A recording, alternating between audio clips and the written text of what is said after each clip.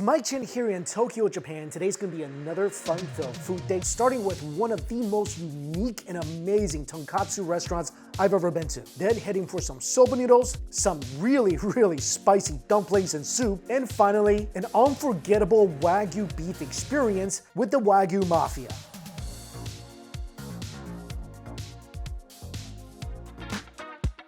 Oh, this place has a Michelin. This is amazing because you get super cheap bubble tea. So my tea with jelly, under $1.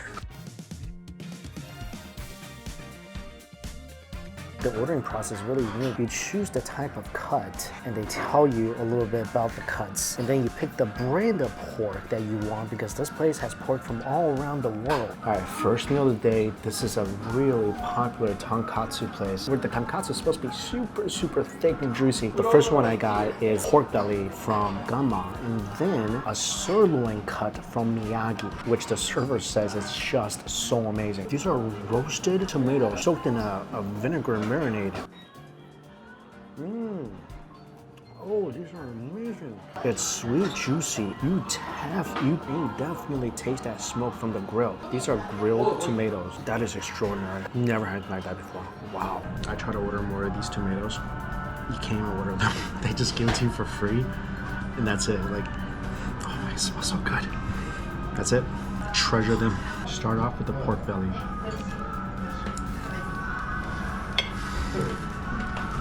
Oh my god, this might be one of the greatest katsu experiences I ever had in Japan. Oh, it's so wonderful. But the pork is sweet. The outside batter is incredibly light. He said to just add a little bit of salt. If you want, you can add some of the sauce. A little salt is all you need, and that is incredibly accurate. This is some of the juiciest katsu you will ever bite into. The pork is incredibly tender, and you can taste a quality of the meat. And when you bite into it, after that thin, beautiful crunch, it's just a waterfall of juice. You taste the sweetness of the meat. And this one, I'm just gonna add some of the sauce. Just get a taste of it.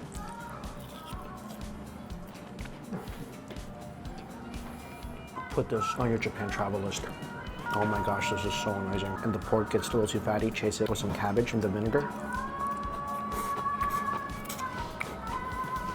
And that refreshes everything. Pork is almost indescribable. The contrast between that crispy outer shell, sweet interior, it's just pure poetic harmony. Like, you taste zero gaminess from the pork. It tastes so clean and sweet. And this is pork belly, so it should be really heavy and rich and oily. It's not. It just tastes so light. Everything about it, the outer breading to the inner, to the meat, tastes so light and delicious. This is an absolute must try. Just a little bit of salt. Cool. I think this is better than the pork belly, and that is saying a lot because I love the pork belly. It's juicier, it's sweeter, and it has more flavor than the pork belly. Wow, this is a rich sirloin, just like the last cut. And when it goes into your mouth, after that initial crunch, everything melts into just this rich, fatty, porky, delicious bliss. Again, no gaminess. The pork tastes so clean. It's so tender. This is not your typical katsu, and you taste that right away. This thing is leaving me speechless right now. And it's all you can eat rice, and also all you can drink miso soup. That's really delicious miso soup too. Oh, really good. Really good miso soup with clam. Oh, this place is just pure magic. If you love katsu, you gotta give this place a try. Dip the sirloin in the sauce.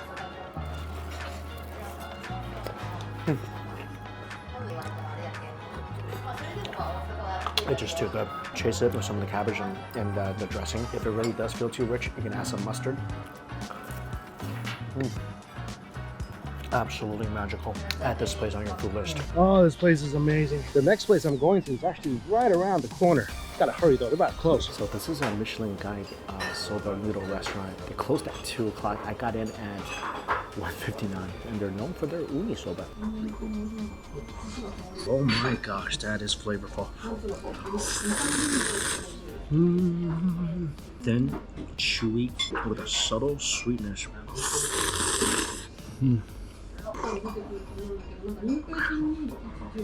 The broth is just magical. Every time you sip it, it's pure umami. You taste the kombu, you taste the bonito. This is one of the most flavorful soba broths I've ever tasted. There's just so much flavor in this. Oh, I love this so much.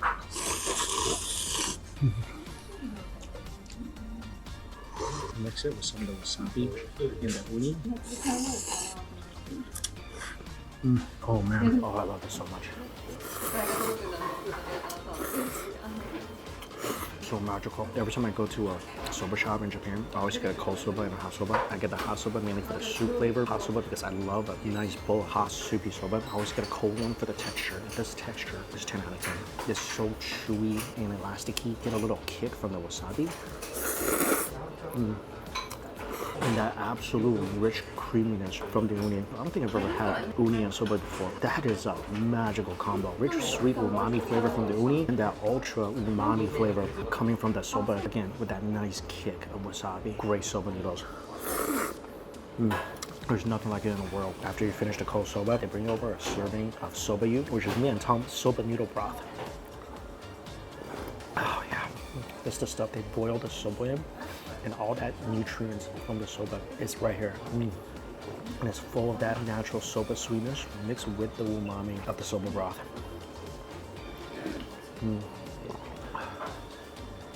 This is a wonderful soba shop. Definitely worthy of a Michelin. Next for some dessert, started by Chef Minato, who's a 2 Michelin star chef, reservation only bakery that's somewhere around here. But she also started this gelato shop just for walk-ins, and she makes ice cream using Miyazaki mango, which is the most expensive mangoes in the world. Unfortunately, they are out of mango today. So I got some peach and melon. Oh, this is great. The peach is delicious. Absolutely tastes like a fresh peach. Actually, it tastes like this kakigori I had the other day. And it tastes a little bit of peach mixed in here too. And the melon,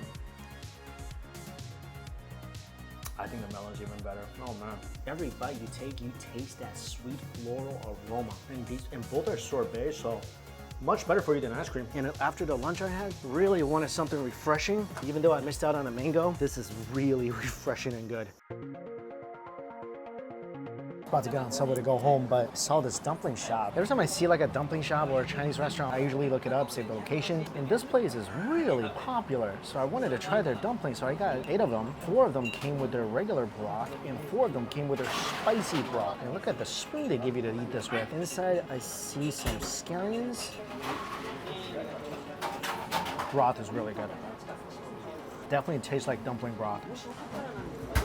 You taste a lot of the scallions. I think there's some pepper in here as well. Almost looks like a giant mochi ball. You bite the top.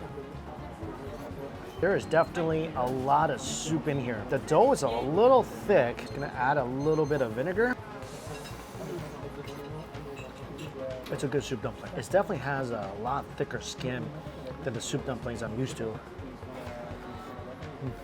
But it's very, very juicy, pretty big porky filling. So you get the soup from inside the dumpling, you got the soup from outside the dumpling. You're definitely getting a lot of soup with this dish. I mean, is it the best soup dumpling I ever had? No. All right, try the spicy broth. Ooh.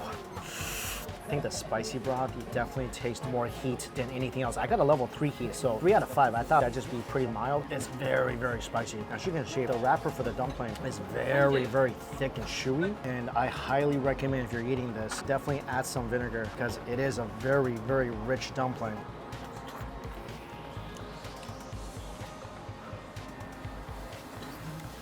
Goes pretty well with the vinegar. It's not bad. And if you're craving a soup dumpling, it'll definitely satisfy the craving.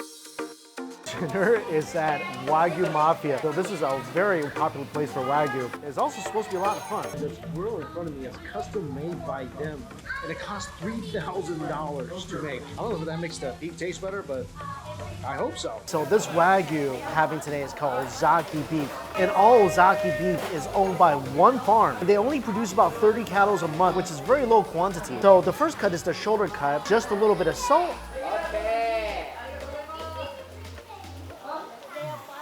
Wow, it tastes almost like a piece of toasted butter. So you can actually see the fat drizzling down onto the vegetables. Let's try it.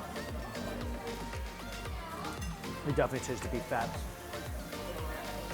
Browse actually tastes nice and refreshing.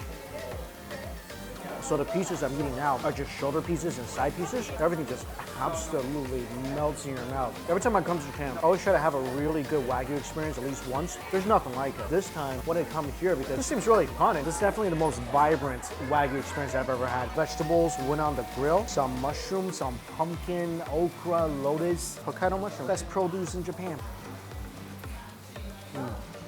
Love that little mushroom juice that forms inside. My last piece of shoulder before the liver gets here.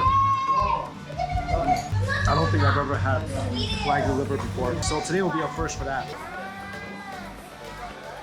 Oh, the eggplant's really good. Oh, all the vegetables, you definitely taste a lot of that beef fat in every single bite. Wagyu liver. Wow. I've had a lot of beef liver before, never Wagyu liver. Wagyu liver tastes like Wagyu liver, like just the most rich, melt in your mouth piece of liver. It tastes way different than regular liver. I'm a big fan of innards, organs. I love that flavor, but that was just some melt in your mouth organ meat. That was great. Next piece is Wagyu tongue. I think I've had this before. So good. Tongue is one of the best cuts of beef. It's just so tender and juicy. This I never had before. So this is the under part of the tongue. That part way chewier. The texture is kind of like that of a tendon. Not bad, but definitely not as good as the previous tongue. Next cut might be the best. Harubi or short rib. Oh my god. Oh, that's crazy good. Way beefier and more tender than all the other cuts. It doesn't feel as fatty, it's just a way more flavorful cut. That's probably one of my favorites. Next is the most expensive piece. This is the rib roast.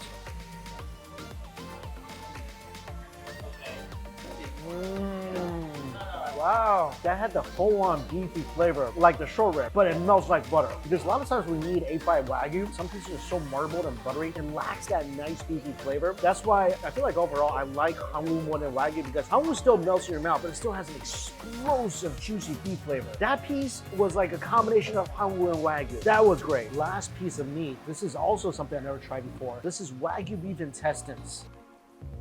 I love beef intestines. It's one of my favorite things. I love going to Korean intestine barbecues. Only time I've had intestines in Japan, I think it was in Matsunabe, which is an intestine hot pot. I don't think I've ever had intestines grilled before in Japan, especially not Wagyu intestines. With that said, I feel like the intestines does taste like any other beef intestines. I do feel like some pieces are actually a little tough.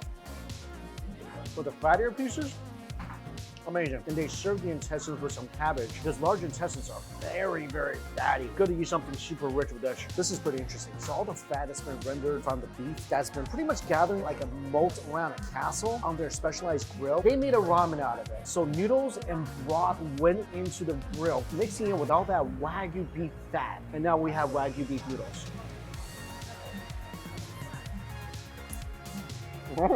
Actually pretty darn good. The noodles are very al dente, got a fantastic chew. Wow, it's a very deep, rich broth. I taste some of the remnants of the vegetables. It's smoky, it's meaty, pretty darn beefy. With a little hit of pepper. That's a very interesting, delicious way to finish this meal. Really good ramen. So it's the Ozaki bone broth that they put in there. I think it's magical. Bone broth mixed with the fat and the vegetable remnant that's been cooking on that grill all night. I was wondering because usually a grill like this, usually there's somewhere for the fat to go, like away from the grill, but here the grill just traps it all for this final ramen finale. That's pretty darn good. So that was definitely the most performance-driven Wagyu experience I ever had in Japan. And also, everybody's so energetic and nice. Also my first time trying Katsu Wagyu that I never had before. So overall, that was a great Wagyu experience. That wraps up another fun-filled food day here in Tokyo. As always, all places I went to, list down below for you guys. Thank you all so much for watching. Till we eat again.